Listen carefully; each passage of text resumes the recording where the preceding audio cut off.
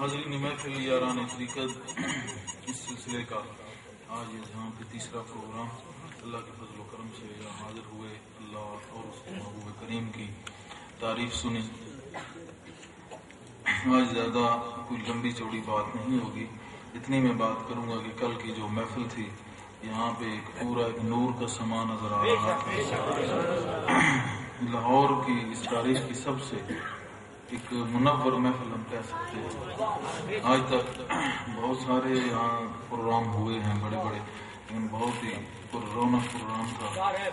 اس میں تمام جو خلفاء ہیں، حاجی عنایت صاحب بیٹھے ہیں، ان کی طرف سے بہت بڑا قافلہ آیا، متی الرحمان صاحب ہیں، ناظمین جتنے بھی ہیں، قاری اصغر صاحب، اور اب سب کے نام میرے ذہن میں نہیں، جتنے بھی یہاں پہ ان کی مشتاق جاٹ صاحب، تو بہت محنت ان کی، ڈاکٹر شہباز صاحب ہیں، تو رات دن انہوں نے محنت کی۔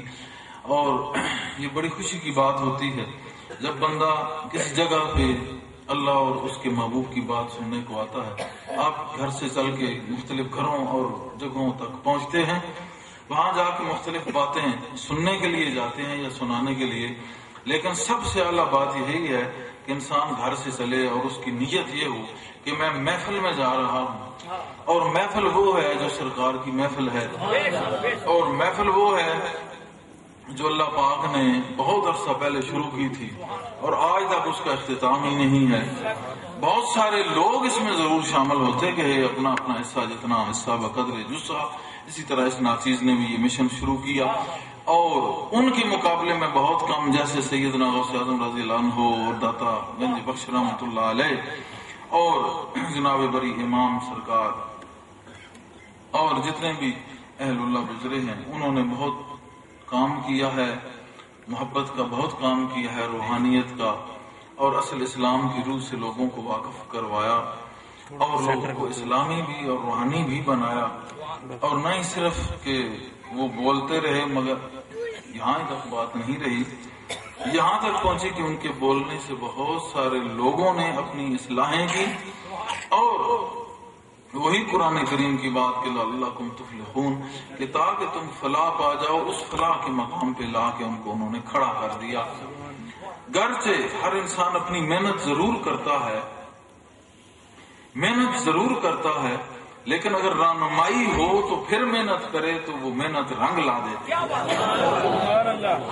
یہی ایک سلاسل کا نظام ہے۔ تصوف کا معنی بھی یہی ہے کہ اللہ کی تلاش کی جائے، اللہ کو پہچانا جائے، ہم میں ہی ہے کہیں وہ۔ کبھی بھی آپ سرکار صلی اللہ علیہ وسلم کی زندگی میں آپ دیکھ لیں، پورے اسوہ حسنہ میں آپ نے جو طریقہ بتایا، آپ میں کیفیت پیدا ہوتی ہے جب آپ ذکر الہی کرتے ہیں، کہ آپ میں ہی ایک کیفیت پیدا ہوتی ہے، ایک ایسی نورانی کیفیت پیدا ہوتی ہے کہ جس میں اس کے ہونے کا احساس ہو جاتا ہے۔ تو اسی طرح ان لوگوں نے جس قدر محنتیں کی، ان کے مقابلے میں میں نے کہا ذرہ بے مقدار بلکہ کچھ بھی نہیں، لیکن اللہ کے فضل و کرم سے اور ان سب آبا و اجداد اور جتنے اہل اللہ ہیں ان کی دعاؤں کے اثر سے یہ جیسے مشن شروع کیا تھا چند سال پہلے، بہت ساری جگہوں پہ پھیلتا ہوا اپنا رنگ انشاءاللہ دکھا رہا ہے۔ اس میں ہماری کسی سے کوئی سختی یا کوئی پابندی ایسی نہیں ہے۔ ہاں، یہ بات ضرور کرتا ہوں کہ اگر انسان استقامت پذیر رہتا ہے تو انشاءاللہ العزیز، جیسے یہ کہہ رہے تھے نا، کبھی تو کوئی پوچھے گا کہ کون یہ کنڈا کھڑکھڑا رہا ہے۔ جو ہم استقامت رکھتے ہیں، اسی ایک ایسا وقت آتا ہے کہ آواز آ ہی جاتی ہے کہ کون آیا ہے باہر، تو اندر کی آواز جب آ گئی تو انسان کی بگڑی بن گئی، اس کا ہر کام سنور گیا۔ خواجہ شاہ نقشبند سے کسی نے سوال کیا تو آپ نے کہا کہ واضح آپ نے فرمایا کہ کرامت کا طالب نہ بن، استقامت کا طالب بن۔ کیوں؟ کرامت تجھ سے تیرے نفس کا تقاضا ہے، یہ کہتا ہے کہ یہ ہو جائے، یہ ہو جائے، یہ ہو جائے، یہ نفس کا تقاضا ہے۔ ہاں، استقامت تجھ سے تیرے رب کا تقاضا ہے۔ رب یہ چاہتا ہے کہ یہ قائم رہے۔ قائم کس پہ رہے؟ ایمان پہ قائم رہے۔ ایمان میں نے رات تشریح کر دی ہے کہ اس کو ماننا، اور پھر آگے اس کی وضاحتیں ہیں، اس کے نبیوں کو ماننا، کتابوں کو ماننا، اور رسول اللہ صلی اللہ علیہ وسلم کو ماننا، یوم آخر کو ماننا، یوم جزا، قیامت کا دن، یہ ساری آگی اس کی. لیکن اصل بات یہاں سے شروع ہوئی کہ اللہ کو ماننا. تو ماننا ہی اصل بات ہے. اگر صحیح مان لیا جائے تو باقی ایمان ویسے درست ہو جاتا ہے. ماننے میں فرق ہوتا ہے، باقی ہم جگہوں پہ پھر گڑبڑ کرتے چلے جاتے ہیں. تو بہرحال کل جتنا رات دن لوگوں نے محنت کی، یہ تحسین کے قابل ہیں، مبارکباد کے مستحق ہیں. یہ صرف لفظ یا جملے نہیں ہیں. یہ بات اگر پہلے کہی جاتی تو اور بات تھی. یہ سارا کچھ دیکھ دکھا کے پھر کہہ رہا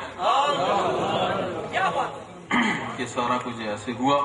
تو اللہ پاک کا یہ فضل و کرم تھا کہ لوگوں کو بلا کس لیے رہے ہیں کہ آ کے اللہ کا ذکر کریں، اور اللہ کا جو محبوب ہے اس کا حسن و جمال کا تذکرہ ہوگا، اس کو سنیں. اور بہت اچھا بیان کیا اختر قریشی صاحب نے، بہت اچھے انداز میں.